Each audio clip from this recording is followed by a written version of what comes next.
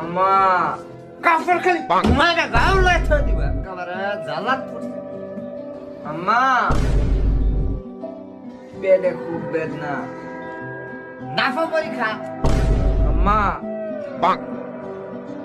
ব্যথা করতেছে শরীরটা গোনা নাফা পরীক্ষা